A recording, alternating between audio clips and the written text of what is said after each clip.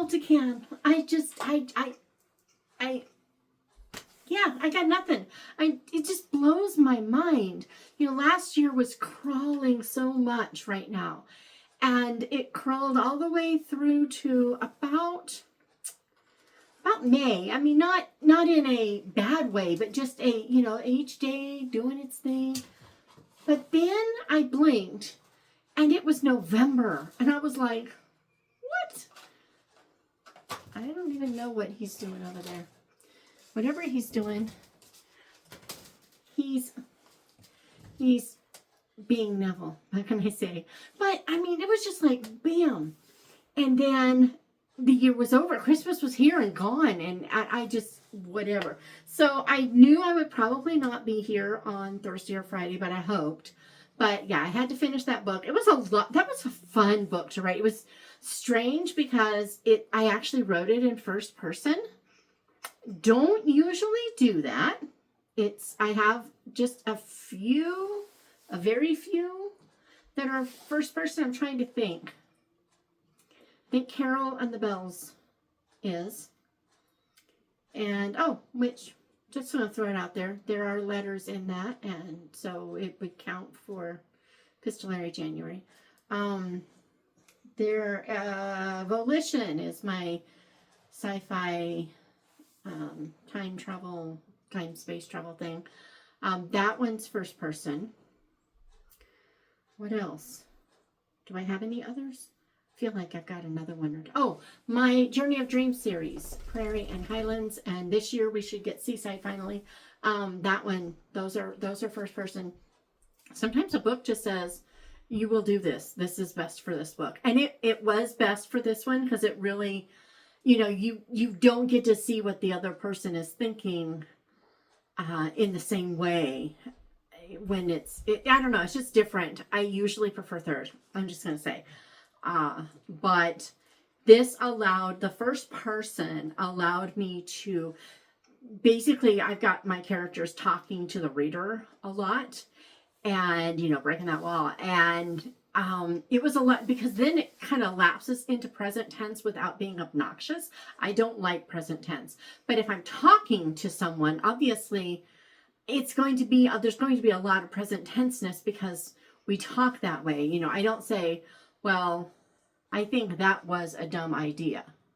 If it's something that I think is one, I'm going to say, I think that is a dumb idea. Well, that makes it present, but it was present in the past, it's present now, and it'll be present in the future. So I can throw that in along with the regular third, and it just works. So the book is part of Love Blooms on Valentine's, I think is what it's called. I'll put it up here. It's coming out on Valentine's Day. 4 of us, I think, are in this one. I know Katie Lee and Gina Conroy and Helena Schmirk and myself. But yeah, so I have a songwriter. It was really kind of funny too because I'm writing this book and I'm going and I've got this songwriter who's got writer's block, and he's kind of gotten to the point where he just doesn't know what he's going to do. He just doesn't know how to handle it, and so he gets this genius idea that he's going to just give up. He's never dated. He was given advice never to date. And so he's going to give up and he's going to do a little dating, try to get his emotions involved and see if he can get this past this thing. And he's convinced it's not going to be risking this gal's affections because this won't be a problem, right? Yeah, it all goes downhill. But it was so much fun just kind of exploring different people. I had a blast with it. It's rom-com-y. The first part is less rom-com-y than the second half, but they're still just, it was hard too because, so like, we're supposed to have, I think we were told, originally we were told up to like 55,000 words, but then they pulled it back to make sure we could do paperbacks because people were disappointed that there weren't paperbacks in the Winter Shivers. So we went back to that. So they're like, okay, we need to pull the word count back. Well, I can't. Once I have something on a roll, I'm kind of stuck. So I ended up with slightly over 50 or somewhere over 58,000. And Lisa was great. And she was like, I'll give you the 53, and so I knew I had to cut like 5,000 words out of this thing. So some of the little asides that, you know, just kind of just character, you know how, you know, when you're talking to someone, all of a sudden they'll go off like I'm doing right now and have this rambling little story and then they come back in. Yeah, those had to go, and it was really sad, but I saved them. I've got the whole document. It'll go in the individual paperback later, but it was just like, what can I do? But it was fun to just kind of explore these characters and see things in a different way. And this little girl, Mila, just cracked me up. I had so much fun writing this little girl. But because of that, I say all of that to say this, and you can tell I are a writer, right? No, it's a thing because, you know, there's everything has a story. And it's who I am.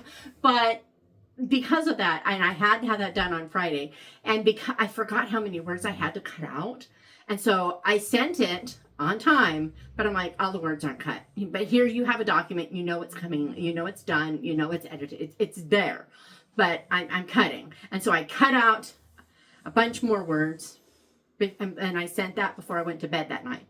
But then I got up on Saturday, and I was like, okay, I've still got to get down. I think at that point I was at right around 55, you know, I had cut out that much, but I had to get rid of some more.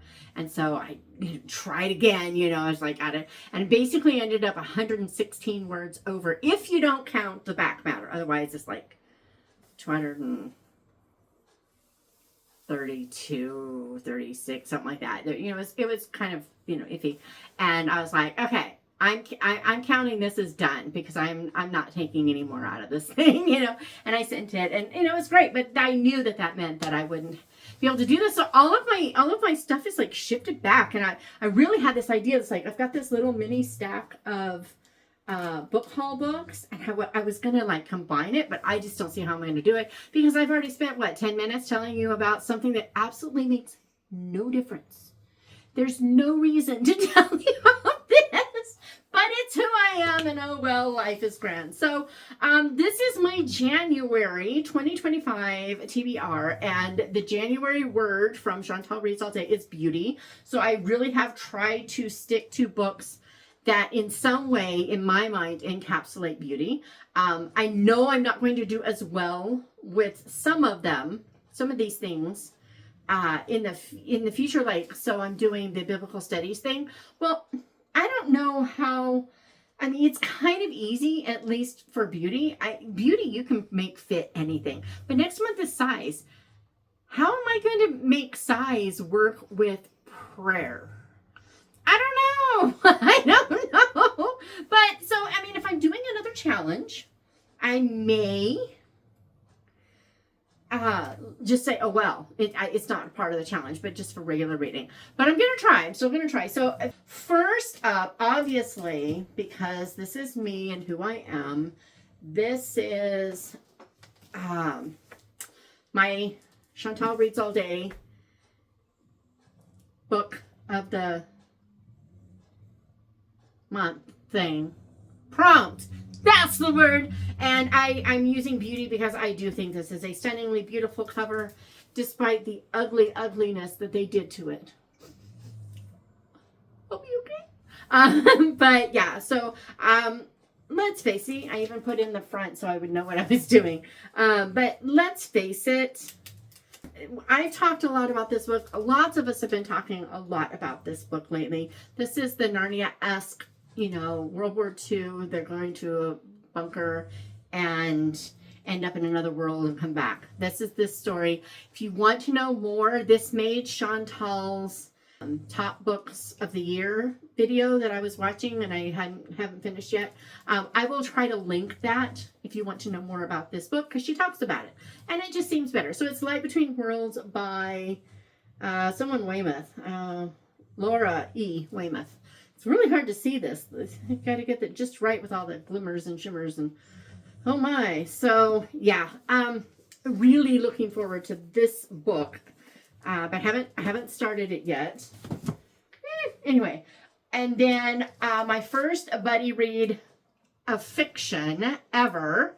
I'm doing this with Ashley from Ashley. I don't even remember the name of your channel because to me you are just Ashley. But we're reading Christopher Morley's Thorofare. Now, Morley is who I'm focusing on as an author this year. I did Trollope, I did Gooch, and now we have Morley. There are a couple of Pallisers that I was going to do before I got to the Morleys, but then we were doing this one this month, and so Palliser got moved back. It's like, I don't care. I'll do that next month. Oh, well. But this is Thorofare, and this is, I really thought this was going to be a lot more like Parnassus on Wheels meets Eight Cousins. They talk about all these ants. The area that these ants live, they call it the anthill. It was very, very, very much that way. And so I thought that was what we're getting. But I'm getting, and it's funny, it's the second book in a row that has given me these vibes. But I'm getting more Parnassus on Wheels, Christopher Morley, meets the village of Silverstream in Miss Bunkle's book. I'm getting more of that from this. And another book that I just finished had the same Miss Bunkle feel, the village, not the story or even like Miss Bunkle herself, but the village in both of these. But so far, it's really good. I'm on like chapter 10 or something.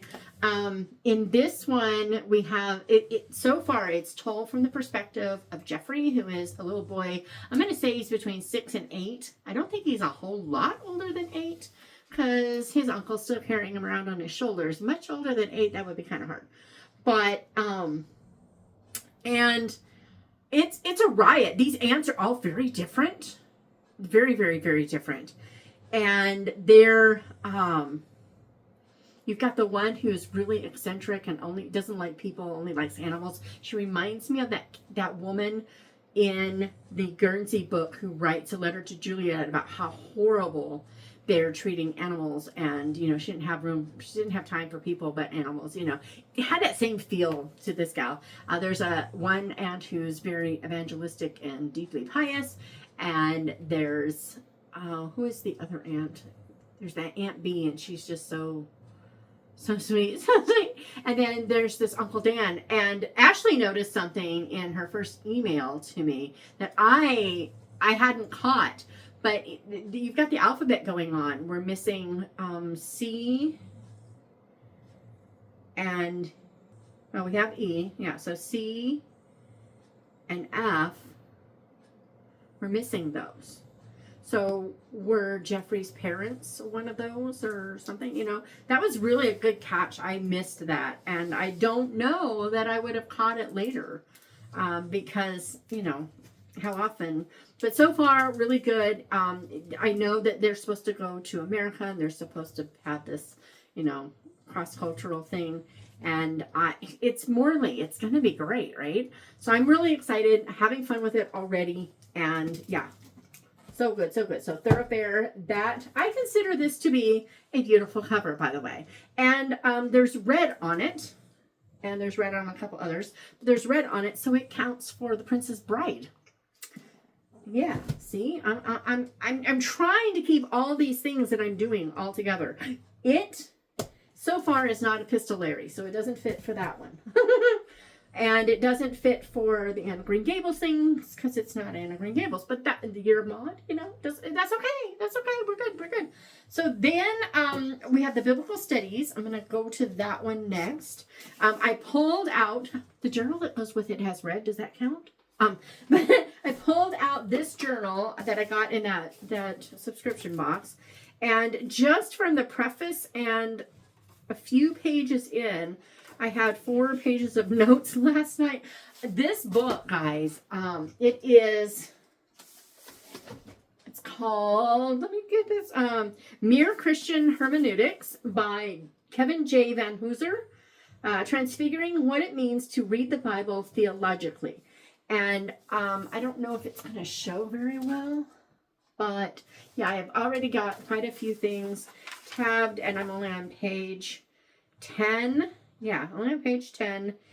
And I haven't even gotten to chapter 1 yet. Chapter 1 doesn't start until, it's just telling us what we're going to get into it. And it doesn't even start until page 27. So, it's like, whoops. But that's okay. That's okay. I'm good with this because honestly, okay, here's the deal. This book so far is so good that if I couldn't read another word, out of the book right now, I would have gotten quite a lot of like nudges and important reminders about how we read the Bible and what is important and why we need to let the Bible interpret itself. I mean, just already. And so if I didn't read another word, this would have benefited me already. I had a hard time finding a really good book on hermeneutics that felt accessible for a month. And I know there's a good chance I will only read chapter 1 this month. I'm prepared for that, but it would be really lovely if I could get through at least half of it. That would be lovely. But that's okay. I have no more deadlines.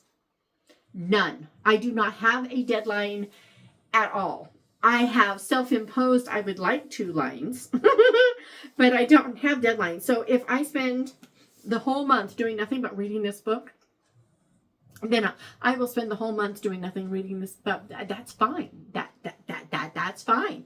So yeah, so good. So good. I wanted to share, I can't share all the things, but I can grab at least one thing out of it that shows sound doctrine and true worship alike depend on reading the Bible rightly and on responding rightly to what we read. Yes, because yes. Mere Christian hermeneutics is a principled approach to biblical interpretation that, 1, asks what we are doing in reading the Bible, particularly for its literal sense, and 2, emerges from both the historic consensus on the essentials of the faith and a church-based understanding of what the Bible is primarily for. So that's what we're going. You know, there's I can't. I will literally sit here and talk about this all night because come on, hermeneutics, what can we say? So I'm really so grateful that Catherine from Regional Love decided to do this biblical studies year. I'm already searching for the book on prayer for the next one. I've already read Paul Miller's and I thought about rereading that one, but then I found this other book. It'll go into something later.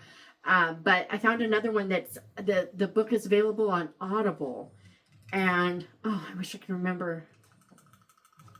Can't remember which one it was. There were 3 that I was looking at. There was C.S. Lewis has one on prayer, how to pray or something like that, and it's only available like in England, so it's crazy expensive to get it because it gets shipped here. So I would have to get like the Kindle, and I'm like, I haven't decided what I'm going to do because I really want that one. And it seems silly. If I'm going to be studying, I need what I need. And this is important stuff. This isn't another fictional book. You know, if this was an audiobook that I had to buy, I wouldn't think twice. I need an audiobook for walking, so I just grab it, right? But no, this is a physical book versus a Kindle book. Both of them are expensive. The Kindle is cheaper because there's no shipping charges, but the cheapest ones I'm finding, it's hardback. The cheapest ones I'm finding are like $17, which is how much the Kindle is. But then you've got $12 to $15 in shipping from England, and I'm like, but on the other hand, seriously, what's more important, prayer or, some other book? So yeah, I don't know. I don't know. Anyway, that's my biblical studies book. And then a lot of what is left has to do with, obviously I'm reading Anna Green Gables for the Year of Maud. That's a given. And there's nothing more beautiful than Prince Edward Island and all the cast of characters there. So that totally fits beautiful. I mean, technically this hermeneutic book, it's beautiful because it's scripture. But things get a little squirrely from there. So for Epistolary January, that's going to take up most of the rest of mine because I think that covers also my Jane Austen celebrating Jane Austen reading because one of the books is there. So most of the rest of this is Epistolary January. And there are other books that I would love to pull in, but I'm not going to worry about them. If I get to them, great. If not, oh well. We'll start off with Henrietta's War, because I've been listening to that. I listened to the first one. I listened to it in one night. It was so funny. It was so good. Again, Henrietta's War has that feeling of like Guernsey from a single point of view meets Silverstream from Miss Bunkle's book.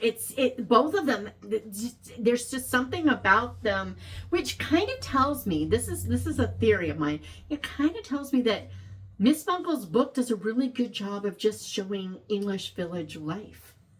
I think that's really the core of it all, So there's that one. It's done, but it's all written in letters. It's like letters from the home front. It's Henrietta. She's married.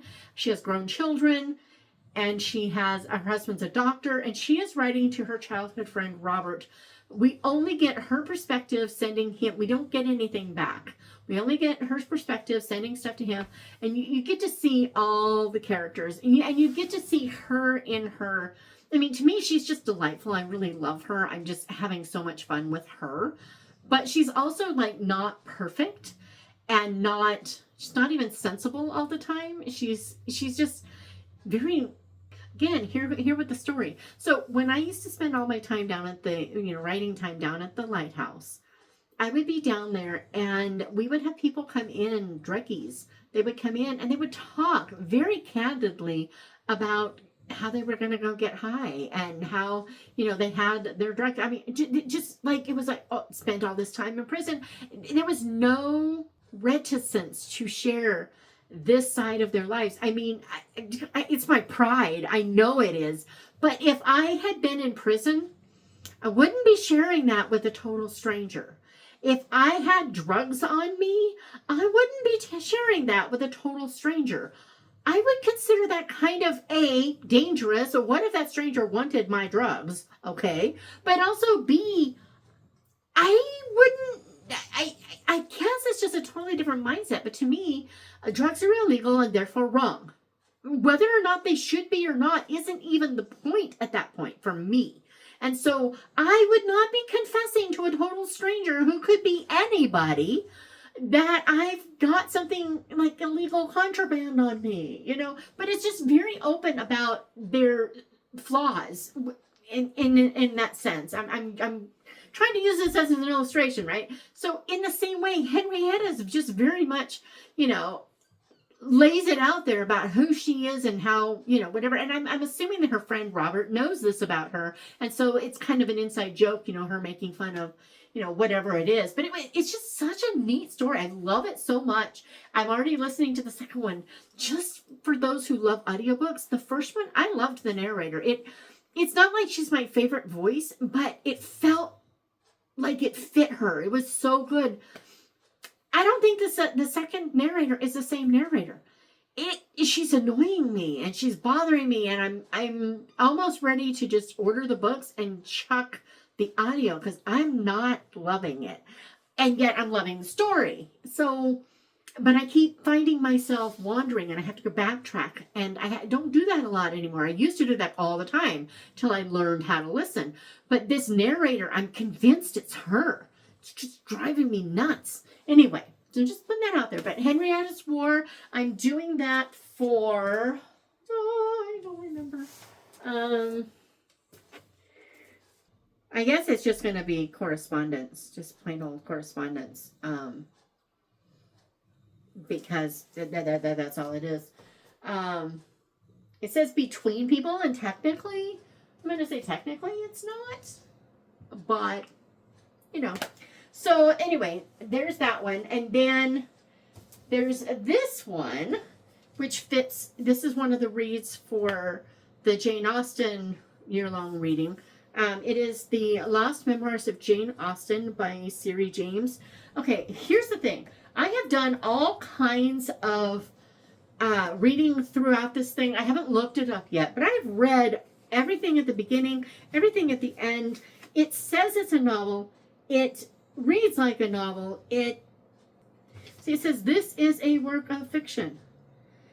And yet, it's presented as if they really did find this chest. You know, the introduction to this book, it says editor's foreword.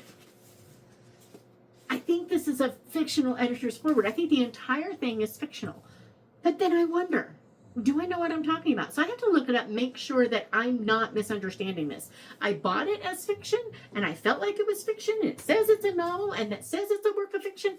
But then the way that introduction was, I'm like, did I misunderstand this? So, A, if you know, tell me.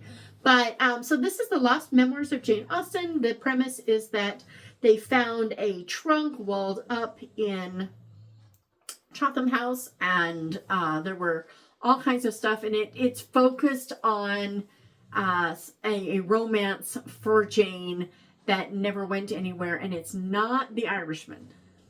So that much I know. And so, but there's a lot of journal / diary-ish entries in here. So that I'm using this one for that prompt. It's beautiful, and it also has red on the cover.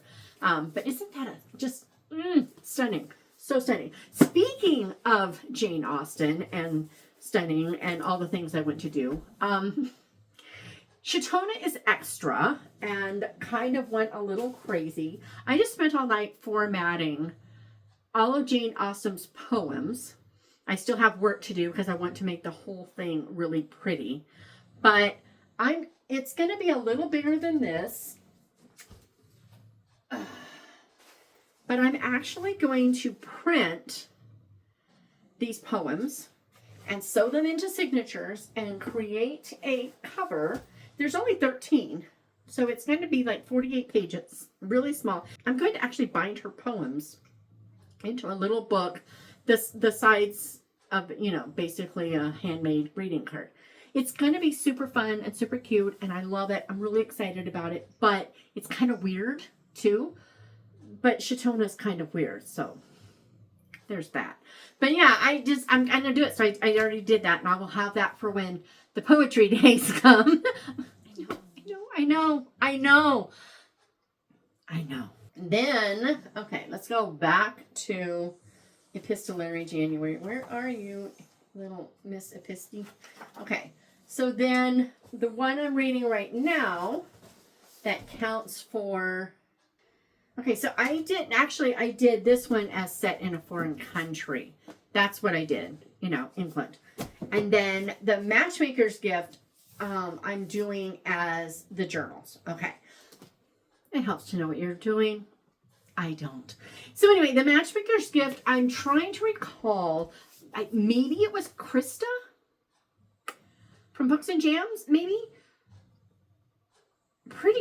I wish I could recall. But I'm thinking, they're snoring. They're both in tandem. The little stereo snores here. But I think it was her. This takes place in New York, 1994, and then back like 1918 because her brother is off to World War I. But and so it's grandma and then granddaughter, and grandma was a matchmaker. She came over from Russia on the boat, made her first match as a little girl. All the drama with the girl being a matchmaker at the time, and then just a child at that, and she's muscling in on the business. But it's a little like magical, realistic, just a smidge. Grandma sees this like thread of light between two people and knows that means that they're, you know, meant for each other. And it's not always a good thing as far as for everyone concerned. Sometimes there's a problem with this thread, and that was kind of neat that it wasn't just like happy-go-lucky, everything is perfect, and yet it's not pain in there for pain's sake. It's realistic. But outside of this little thread of lightness, this book has been so much fun. I'm over halfway, but not quite 2/3, I would say. Loving it, having fun. There have been, I know I can count them on both hands, possibly even on one, words that I don't appreciate. Mostly irreverent uses of God's name. Yeah, it bothers me. No, I don't like it. Do I love the story? Yes, so far so good. Clean so far, aside from that. So I am loving that. That's one of my epistolaries. And then another one is I'm listening to The Appeal, and it's supposed to be dealing with, emails and whatever. Those are good. So far, I'm really enjoying it. It's funny. I saw some of the reviews on it, and I was trying to decide if I wanted the audio versus physical or, Kindle, whatever. And I was like, when I was reading some of the complaints, some of them were for the audio, mostly because, you've got to listen to all the email stuff, subject line to the date, all this stuff. You've got all of that. And that's that would get old fast. But also, they were saying they had a harder time keeping track of the characters. So I'm reading it on Kindle. So far, I'm following it. I'm enjoying it. I've got questions. I got a lot of questions. Because I'm like, some of the stuff going on, I'm like, this is really, really, really kind of in your face clear to me that this doesn't look right. And because of that, it's just, how much more can I snore? Because of that, I'm like, this can't be what it appears to be. This has got to be a red herring. Because if it's not, where's the mystery? Because this is crazy obvious. So we'll see what happens here. But I'm like, But yeah, that book is about there's a theater group in England. They do different, local community theater. And the guy who's in charge pulls back because his little granddaughter has a rare and aggressive form of cancer, and they've got to focus on her. And so then all the fundraisers begin and all the things happen. And you can see that something is going to go down really bad. But what that is, I haven't decided. Are we going to have a murder, or are we talking about theft? What's going to happen here? And something's rotten in Denmark. Okay, I'm just saying. But so yeah, really enjoying it so far, and that's been kind of nice. So there's that one, and that one's the one I'm doing for the emails and all the stuffness. Then for someone who has died, for the Lost Mail one, I'm doing C.S. Lewis's Yours, Jack. These are just his letters, and there's a lot. It's really kind of a strange thing. There's a very wide margin, and there are blank pages. I do like when chapters begin on the right-hand side. I just really do. But there are a lot. But the font is kind of smallish. It's not horribly small, but it is a little smallish. So we'll see how this goes. But it's arranged in a way I think it's going to be pretty easy to follow. And it says Spiritual Guidance from the Letters of C.S. Lewis. So I'm really looking forward to reading these. Yes. I probably should be reading a couple a day. Maybe I'll do that tonight. Haven't read from that one yet. So, there's that. And then, okay, do I have all of the books that I'm doing for this? Let me look and make sure I've got all these. The first one is love letters on here. Now, I'm cheating with love letters. So one of the series that I've been working on for quite a few years now, I think 2018 I started it, is a matchmaking service that is correspondence only. Physical correspondence. You are assigned a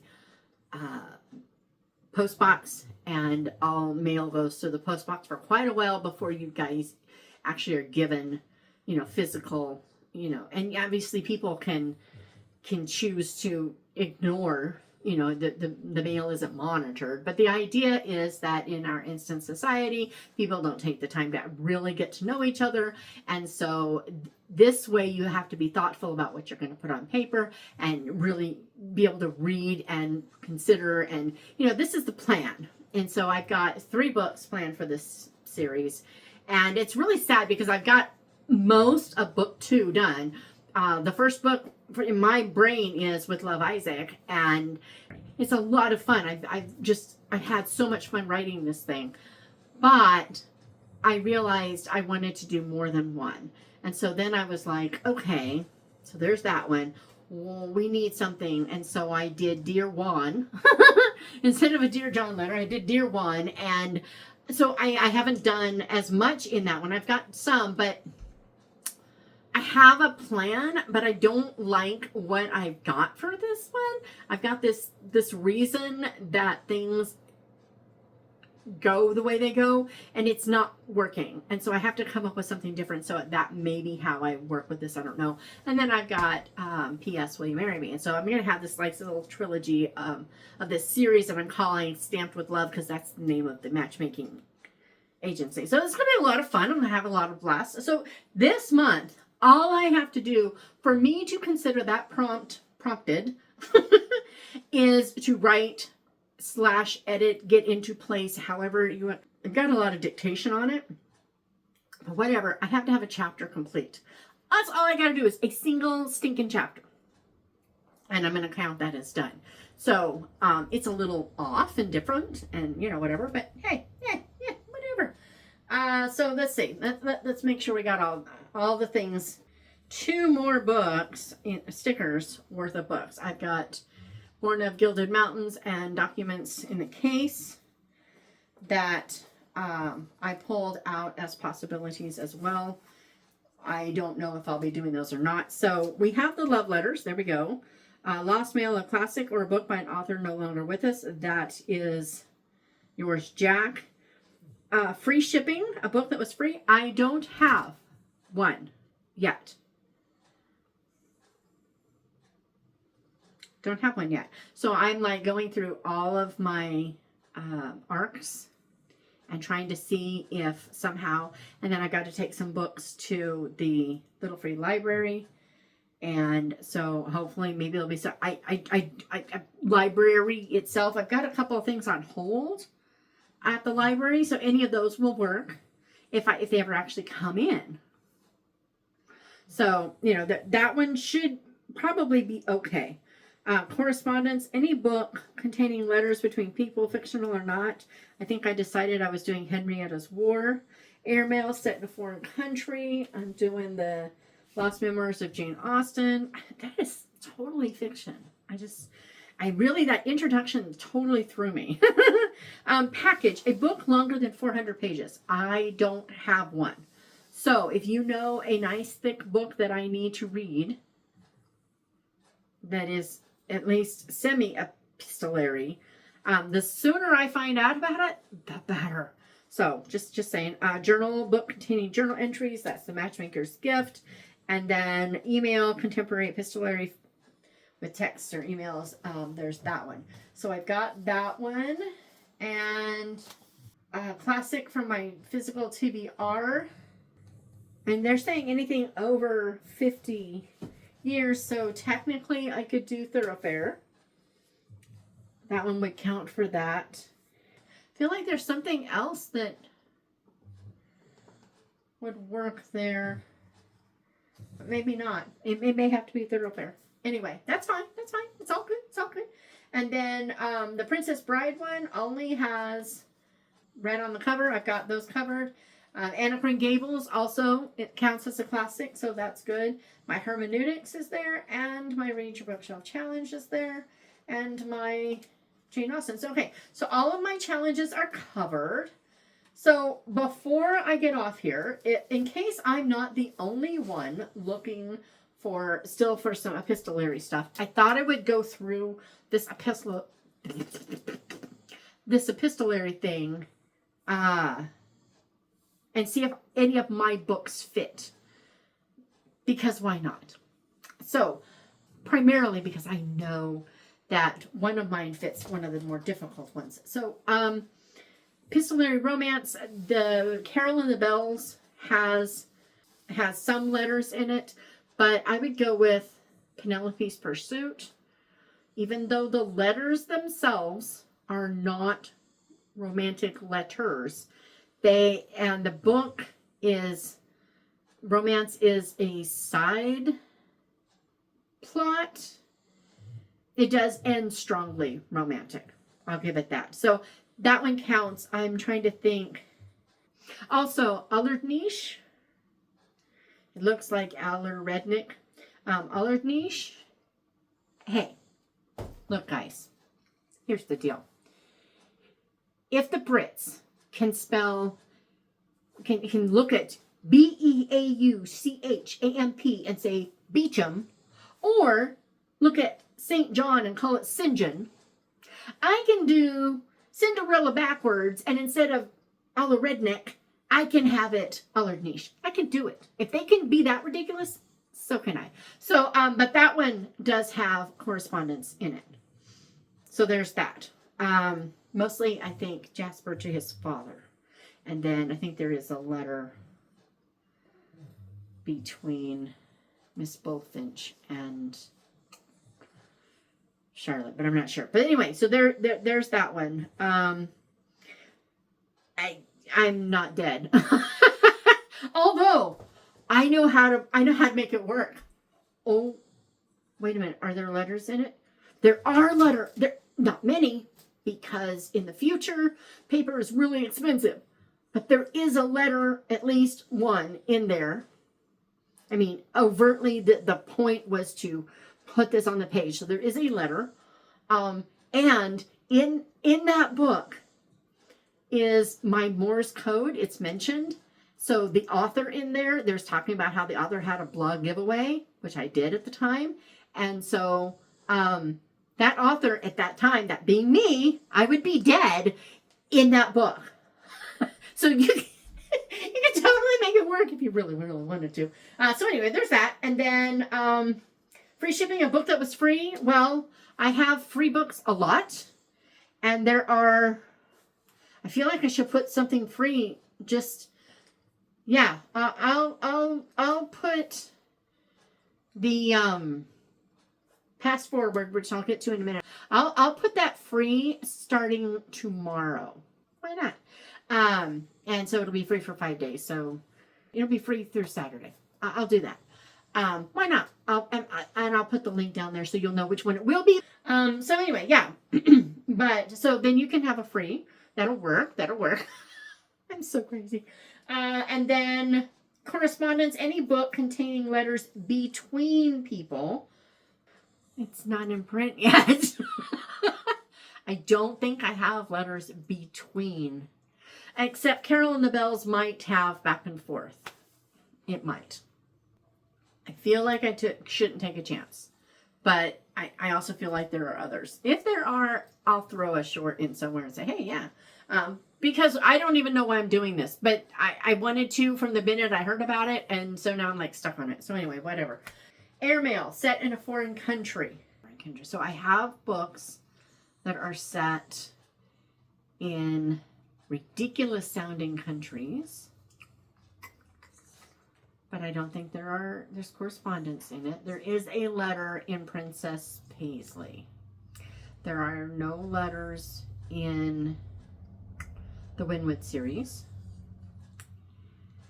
Again, Allard Niche. There are letters in that one. It's not strictly epistolary. There are just letters in it. Let me think. Trying to think. Are there letters in Legends of the Vengeance? Possibly. Don't think there are letters in Deepest Roots of the Heart.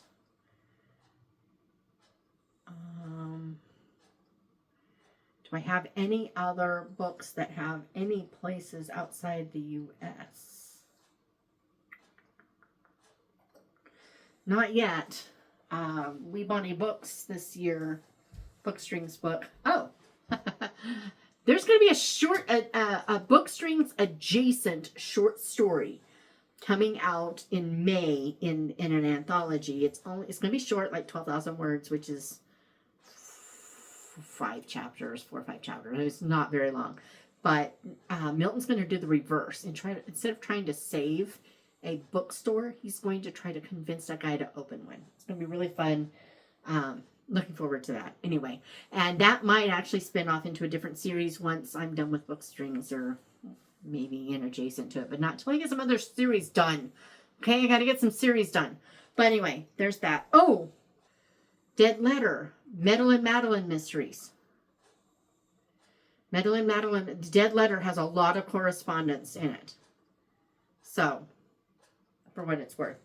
Gosh, I feel like I should do that one. But one of the hard ones is the more modern, so I'm not going to. Anyway, package a book longer than 400 pages. That will work in a conjunction with one coming in a minute. But then journal, a book containing journal entries. Past Forward The one I'm going to put, oh, maybe I should put, this is so tough. Okay, so Past Forward has a lot of journal entries from her mother. Lots of them. There's journal entries, I don't want to say in every chapter, but nearly, it feels like it. So Past Forward journal entries, yes. But then the email and the, modern correspondence, yeah, a lot of my books have text messages and stuff in that. And sometimes even some back and forth. There was definitely some in the one I just wrote. But in the Aggie's Inheritance series, at the end of every chapter, there is a messenger exchange between Aggie and her mom, Aggie and Luke, Aggie and her friend Tina, Aggie, and who else?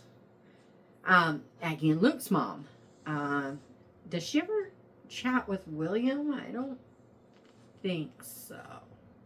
So there are a lot, and for sure, for keeps, book 2 in the series, for sure, that's well over 400 pages. There are 120,000 words. There's going to be over 400 pages. So you probably totally set with those. I'm just saying. But yeah. So anyway, if you're looking for stuff and you've been wondering, I'm just putting them out there because people keep asking me, how come you don't bring up your books? It's really funny because I do. I bring them up a lot. But apparently not as much as I think I do.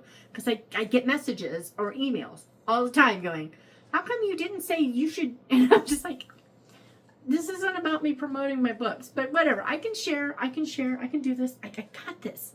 And since I came up, this is so fun for me. Just the idea of, wait a minute. That I decided I wanted to do it. So now I'm like stuck doing it. I'm like, yes. Because yes. So anyway, that's what I'm reading this month. So yeah. That's what I'm going to read this month. Got all these books. Lots of books. Really big gobs. I have quite a few books here. They're not stacked well. But oh well. It's bothering me so much. Just better deal with it so that, yeah, that's already better. But look at all that blue. Isn't that crazy? All the blue? Yeah. Anyway, this is mostly what I've got for this month. But there's obviously audiobooks and books that aren't here yet and, stuff. But yeah, really excited. It's going to be a good month. It's going to be a really good month. Looking forward to it. Really looking forward to studying the hermeneutics in particular. And this one in particular. And this one. So Thorofare, Light Between Worlds, and Mere Christian. It's funny, you hear something one way your whole life, and then, yeah. So Mere Christian Hermeneutics, those three are definitely my tops, only because it hasn't been that long, I don't think, since I've reread Anne of Green Gables. Otherwise, we'd be looking at that one, but that's okay, that's okay. Meanwhile, I will see you Thursday. I think I've got a small little book haul here. And I think I've got a few books coming in. So I might do that in parts because I'm going to turn around and record that one right away. So it might end up in 2 parts where I've got, something else added to it. Oh, well, it's what it is. You have a great week. And yeah, if you have any ideas for whatever it was that I didn't have something for, that thing, I'd love to know what it is. And I will see you again.